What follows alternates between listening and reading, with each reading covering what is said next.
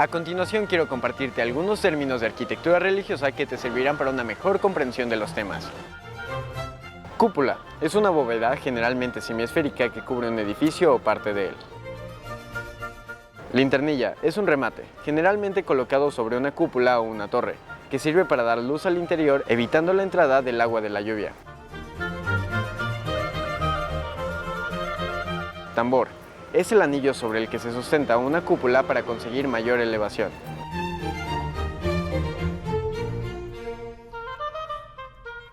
Pechina es cada uno de los 4 triángulos curvilíneos sobre los que se sustenta la cúpula. Sirven para pasar de la planta cuadrada a la circular.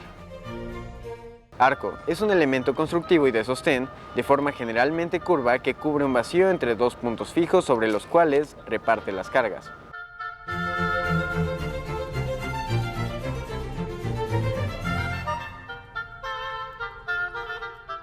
Balaustrada es una serie de balaustres unidos por 2 elementos corridos, uno abajo y otro arriba, que forman una barandilla. Trofeo es un elemento ornamental colocado principalmente en la parte superior de los templos o en los pórticos de los mismos. Presbiterio es el espacio que circunda al altar mayor y se separa de la nave por gradas o un cancel. Está reservada para los presbíteros o sacerdotes. Peana, base o apoyo para colocar encima una escultura u otro objeto, en especial una imagen religiosa.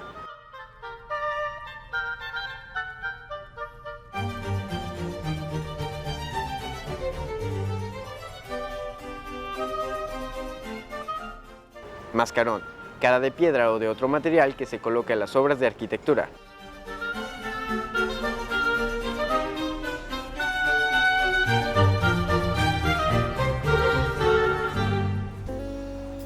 Todos en Aguascalientes hemos oído hablar de Ezequiel A. Chávez, un prestigioso abogado hidrocálido que fungió como rector de la entonces Universidad Nacional de México y como director de la Escuela Nacional Preparatoria. De hecho, aquí en Aguascalientes existe una calle que lleva su nombre. Sin embargo, poco sabemos de Samuel Chávez Lavista, quien, opacado por la fama de su hermano y de su mismo padre, quien fuera gobernador del estado, ha quedado en las sombras a pesar de sus grandes aportaciones al arte. Vayamos con el doctor en arquitectura Marco Alejandro Cifuentes Solís, quien nos hablará un poco más de la obra de este interesante personaje.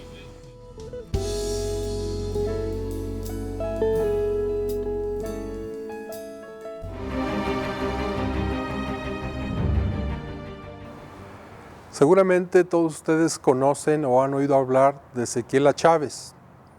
Sin embargo, se conoce poco de su hermano mayor, Samuel Chávez. Samuel Chávez fue un arquitecto, ingeniero arquitecto, así viene su título, de finales del siglo XIX y con actividad todavía en el siglo XX. Un arquitecto que es poco conocido, pero yo me atrevería a decir que la historia de la arquitectura, no solo de Aguascalientes, sino también la historia de la arquitectura de México, estaría incompleta sin la figura de Samuel Chávez Lavista. Samuel Chávez Lavista fue hijo de un ex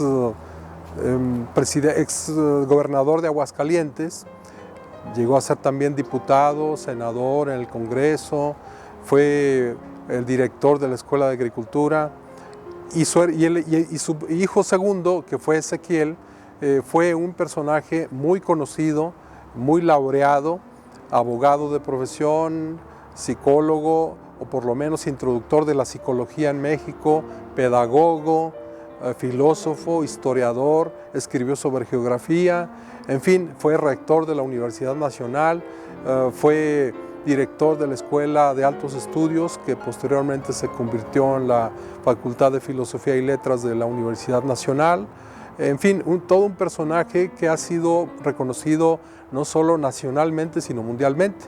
Sin embargo, su hermano mayor, Samuel, como digo, es muchísimo menos conocido y se diría que la fama de su hermano menor opacó prácticamente la importancia, el trabajo de Samuel. Bien, Samuel Chávez tiene importancia por varios aspectos. Yo me atrevería a decir que Samuel Chávez es importante para la historia de la arquitectura en México, al menos por dos proyectos muy importantes, conocidos, uno de ellos aquí en Aguascalientes y el otro en la Ciudad de México. Desde luego tuvo una producción mucho más amplia, pero yo creo que puede pasar a la historia como un personaje importante, en el caso de Aguascalientes, por haber sido el autor de un proyecto urbanístico que es conocido en el ámbito de la historiografía como el Plano de las Colonias, que fue prácticamente, en propias palabras de Samuel Chávez, un plan de desarrollo de las colonias del oriente de la ciudad de Aguascalientes. Y ese plan de desarrollo prácticamente lo que propuso fue crear una nueva ciudad, modernísima ciudad, o un nuevo sector de ciudad que prácticamente dobleteaba casi la superficie urbana que existía entonces del resto de la ciudad de Aguascalientes. Bueno, en fin, el otro proyecto importante por el cual yo diría que Samuel Chávez puede pasar a la posteridad es el proyecto de las reformas al Colegio de San Ildefonso en la Ciudad de México, en donde estaban las instalaciones de la preparatoria nacional, de la Escuela Nacional Preparatoria.